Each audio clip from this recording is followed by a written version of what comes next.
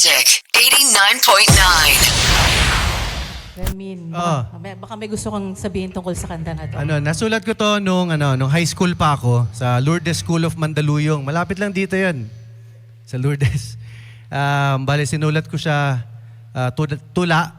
Tapos nung nagkaroon ako ng unang banda ko noon,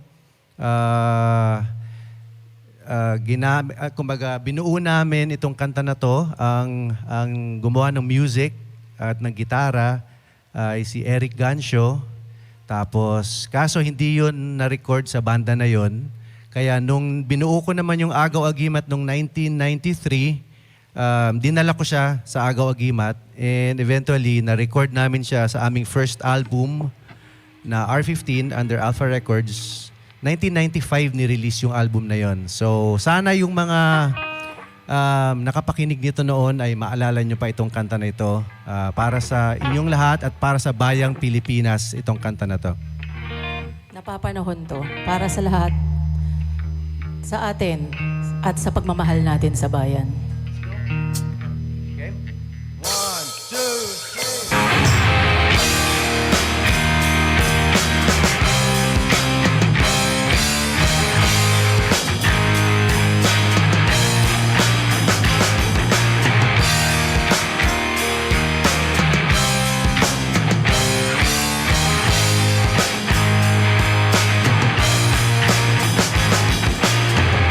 Sabihin man nilang ako ay bata pa, di ko pa raw walang umalong umibig sa kanya.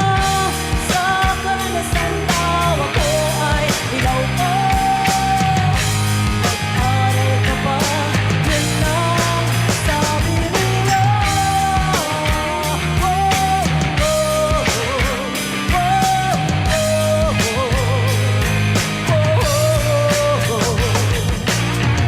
Maaring sa isang punto sila ay tama, maaring sa karanasan ako ay hilaw pa nga.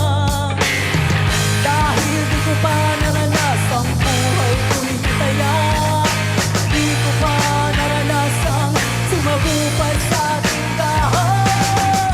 Maaring kulang din ang aking pagkaunawa sa mga suliranin ng ating bansa.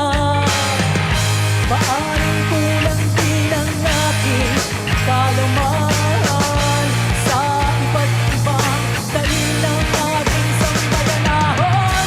Sabihin man lang ako'y bata pa, di ko pa raw walang kung paanong umibig sa kanya. Sa karanasan daw ako ay ilaw ko. Mag-aral ka pa, yan lang sabi nila.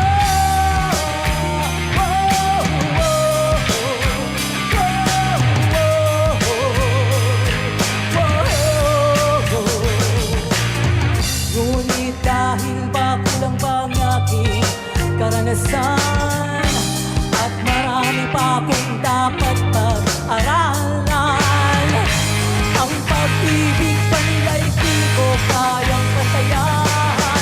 Para sa akin ito'y isang maling kaisipan, ang pag-ibig sa bayang ginagisnan ay sa puso at hindi sa isip lang. Itong nararamdaman